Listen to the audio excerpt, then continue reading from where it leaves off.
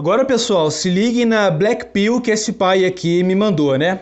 Falou o seguinte: pago pensão há 20 anos e digo que me arrependo muito. Deveria ter ido embora do Brasil ou ter enfrentado a cadeia. O burro aprende com os próprios erros, o sábio com o dos outros, beleza? Hoje meu filho é meu inimigo e luta contra mim na justiça para continuar estudando e a receber pensão. Já procurei advogado, já fui na defensoria, já usei advogado do meu serviço, nada tira essa maldição da minha vida. Gostaria muito de ter o dinheiro para me mudar para outro país onde não tem extradição, como fez aquele cantor, mas não tenho grana para morar fora agora.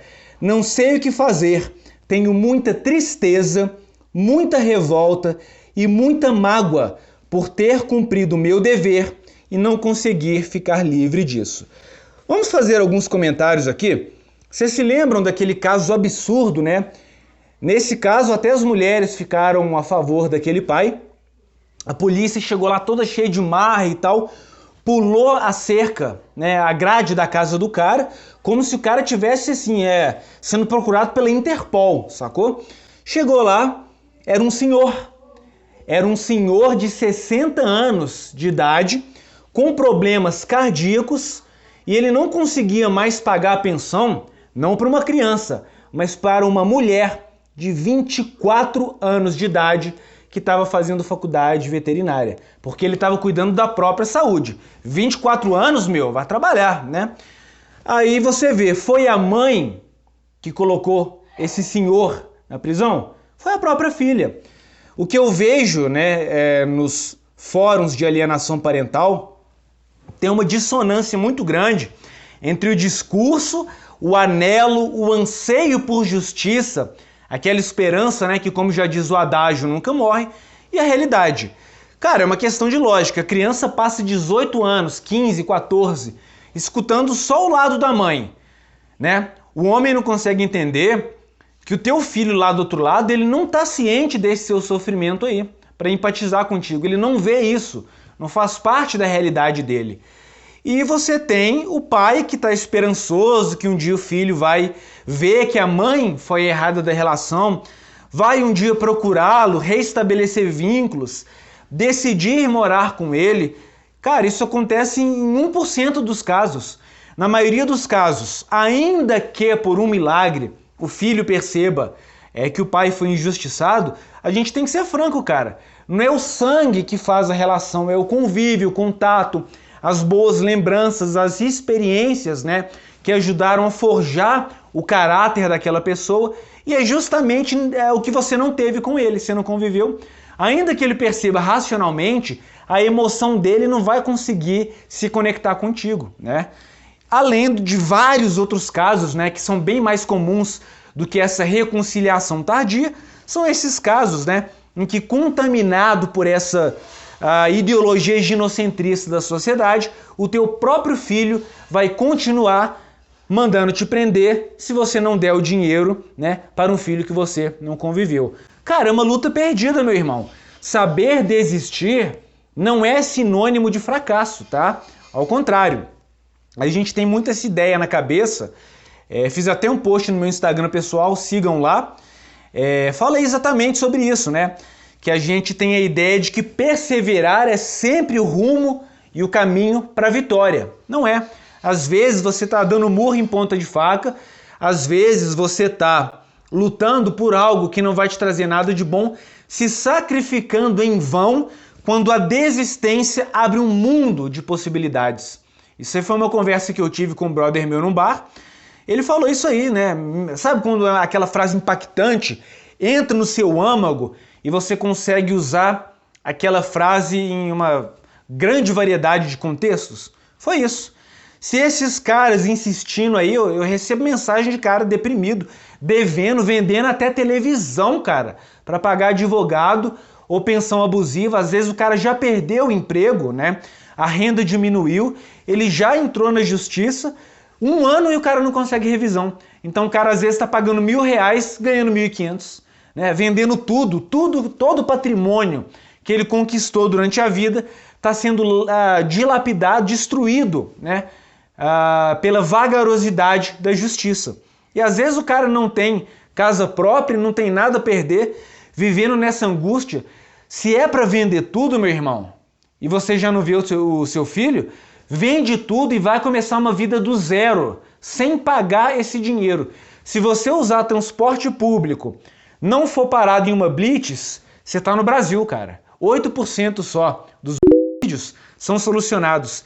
É impossível você ser achado. Você vai ter a dignidade e a sua honra restituída e não vai ter que pagar, quando na verdade você deveria receber, né, pensão da tua ex, quando você foi vítima aí de uma grande variedade de crimes, como a gente viu aí no caso Pituchito, o cara perder a casa para uma mulher que praticou autoflagelo, que assumiu e tem câmera comprovando. Imagina o senso de injustiça e humilhação, né? A alma envenenada que esse cara tá, de saber que passou por isso e ainda teve uma feminista que foi na Jovem Pan defender essa mulher. Olha o grau de insanidade, meu amigo. É o grau de insanidade que a gente está passando. Complicado, né? Antes de ler algumas frases aqui e encerrar esse vídeo, tem um conhecido meu que é agente penitenciário e ele está disposto, de bom grado, tá, a responder todas as perguntas. Você tem alguma pergunta, como seria o dia a dia na prisão para um pai devedor? Deixa aí nos comentários que a gente vai responder no próximo vídeo. E te digo mais, né? Já está formando um núcleo, inclusive de mulheres que são esposas de homens que foram vitimados por esses abusos da justiça, e tem se formado um núcleo de pessoas que estão dispostas a fornecer abrigo para o pai que vai recorrer à fuga, né, para acabar com essa humilhação e com essa injustiça. Então, aos poucos, a gente vai ganhando espaço na sociedade e a gente vai percebendo que não é só a grana que conta, né? Coloquei aquele famoso vídeo do Raccoon in Raccoon. Ele fala o que é ser um homem alfa, até postei aqui no canal, postei no TikTok, deu mais de 100 mil visualizações. E o que acontece é o seguinte, né? Relembrando aí para quem não teve a oportunidade de ouvir isso da boca do próprio Raccoon in Raccoon, o cara estava passando por um divórcio. E o divórcio é o único contrato que pode ser mexido a qualquer momento, né? Não é um acordo que você faz e pronto. Então a mulher estava toda hora lhe pedindo aumento de pensão alimentícia e vencendo, né, na justiça. Esse próprio cara que está me dando o relato, ele pediu redução e o juiz, de birra da cara dele, o cara recebe até Bolsa Família, tá? Que ele cria sozinho filhos de outro casamento. De birra, o juiz aumentou a pensão. Não tem justiça nenhuma, cara, nenhuma, entendeu? O homem é punido simplesmente pelo fato de ser homem. Aí esse cara, né, que morava no Canadá, um dos países mais ginocentristas aí do Ocidente, percebeu, colocando na ponta do lápis, que para ele pagar a pensão que o juiz estipulou, ele ia ter que morar no carro dele, meu irmão. Ele ia ter que deixar a casa e morar num carro, né? Olha só o grau de humilhação e aviltamento pelo qual passam os homens. Aí ele foi embora acho que para a Indonésia, né? Um país onde não tem extradição.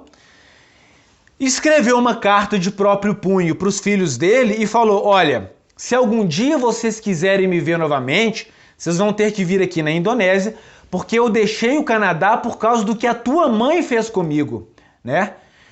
E as advogadas, ele comentando, fazendo shame contra ele e tal. Muita gente no TikTok se ligou, falou: pô, o cara parou de pagar, não é de sacanagem, não é por ser doador de sêmen, né, como as mulheres gostam de falar, mas porque ele foi forçado, através das injustiças da vara de família, a pagar um valor tão exorbitante que o cara ia ter que deixar o lar. Pô, vai virar morador de rua? Morar no carro é quase isso, né? Casa é uma coisa básica, né? Dignidade humana. Aí um monte de gente falando assim: ser alfa é deixar os filhos para trás? Em nenhum momento as pessoas pararam para ouvir a história desde o início, né? Que o cara foi obrigado a tomar essa atitude. Então, cara, para a sociedade, né? Por isso que eu falo, o homem é lobo solitário, ele tá sozinho. Se o juiz mandar lá você pagar R$2.000 por mês, né? Só um exemplo hipotético. e seu salário for 1.000, ninguém quer saber se seu salário é 1.000. Se mandou pagar, tem que pagar, né? A justiça é injusta, né? Todo mundo reclama, né? Os mais variados estratos sociais. Você vai ver bolsonarista reclamando aí do abuso de STF. Você vai ver gente de esquerda reclamando que o governo não está tomando as medidas necessárias durante a crise do coronga. Mas milagrosamente, quando a gente está falando de questão de homem e mulher, aí a justiça é justa, ela não falha nunca. Se o juiz tomou determinada atitude, é porque aquilo era o certo a fazer. Percebe que a justiça só é justa quando ela faz o que a gente quer. Quando ela não faz o que a gente não quer, aí a justiça é corrupta, né? Não é uma coisa muito estranha, né? Não tem coerência nenhuma na mentalidade. Ao analisar os fatos, as pessoas estão completamente contaminadas por essa ideia de que o homem é o burro de carga social. Beleza. Aí tem umas frases boas aqui que se aplicam muito bem a isso, né? Vejam bem, uma do Shakespeare: o horror visível tem menos poder sobre a alma do que o horror imaginado. Eu fiquei boquiaberta, cara, com os caras ali falando que puxou 30, puxou 60 dias na prisão de boa, entendeu? E que não foi esse bicho de 7 cabeças e que valeu muito mais a pena que ficar pagando esse dinheiro e ser chantageado. Que a pensão alimentícia é a ferramenta de chantagem que a mulher usa contra o homem no divórcio. Não é para criança, né? Não é. Vocês se lembram da entrevista com o professor Rashid? Ele ganhou a guarda dos filhos e mesmo com a guarda dos filhos, ele não recebeu pensão durante 1 ano e continuou pagando pensão para ex-mulher que já não tinha criança para cuidar. É para os filhos ou é para a mulher? Porra, deixa de ser uma lesma estúpida e acorda para a realidade. Eu vejo muito homem, às vezes conservador, de direita, defendendo esse arranjo de pensão. Essa é a maior ferramenta de chantagem que existe contra o pai, que de acordo com a própria Bíblia é o cabeça da família. E eu vejo um monte de gente defendendo isso. Uma lei que surgiu na época em que a mulher não podia trabalhar. Agora a mulher pode trabalhar e se sustentar. É uma coisa obsoleta, né? A gente tem que acompanhar a evolução da sociedade e não ficar exigindo o tradicionalismo do homem quando a sociedade deixou de ser tradicional. Mais uma frase aqui. O medo é um preconceito dos nervos e um preconceito disfarce. Basta a simples reflexão. Machado de Assis. Tá esperando o quê, rapaziada? Eu sei que tem gente que quer parar de pagar, mas tá com medo. Bota tua mochila nas costas, vai fazer um mochilão, vai viver a vida nova em São Paulo, Rio de Janeiro, Curitiba, né? Uma das cidades mais avançadas aí do Brasil. Cidade limpa, pessoal civilizado. Vai ficar até quando aí sendo humilhado e chantageado? Cria coragem, meu irmão. Para de pagar e vamos enfrentar o Estado. Vamos enfrentar o Estado, que é o verdadeiro problema da nossa sociedade, né? É a ferramenta que as mulheres usam para destruir os seus ex-maridos. Eu fico pensando aqui, né? A galera aí só falta arrancar cabelo do sovaco, morrendo de medo de puxar 30.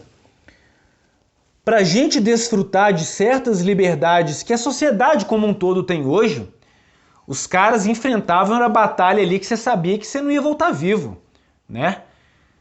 Sabiam disso, os caras sabiam que eles estavam deixando a família e os filhos para voltar numa carroça, né? Uma pilha de corpos em cima dele. A gente sabe que muito homem aí no passado, os romanos, os caras carregavam mochila de 30 quilos, andava 30 quilômetros por dia para expandir territorialmente, né? E ao andar pelos bosques podia aparecer alguma tribo celta ali, atrebatos, trinovantes, né? Seja lá o que for. E todo batalhão virava um rio de sangue ali no meio do bosque.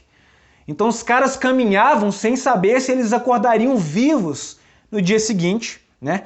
E essa foi a realidade de boa parte dos homens ao longo da história. Então, apesar dessa perseguição derivada da misandria que a gente vê hoje, nunca a vida teve tão fácil em alguns aspectos. Os direitos estão sendo suprimidos, né? Culturalmente nós estamos sendo vilanizados. Nunca foi tão certo acordar vivo como o dia de hoje.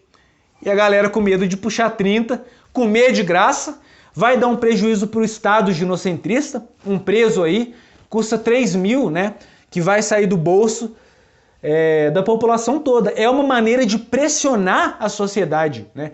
Quando a sociedade perceber que mandar prender não vai mais adiantar, por isso os pais têm que desobedecer essa lei em massa, tá? Mas de pouco em pouco, né, de grão em grão, a galinha enche o papo. Eles vão ter que negociar e ter que admitir que o pai também tem direitos. É isso aí por hoje, pessoal.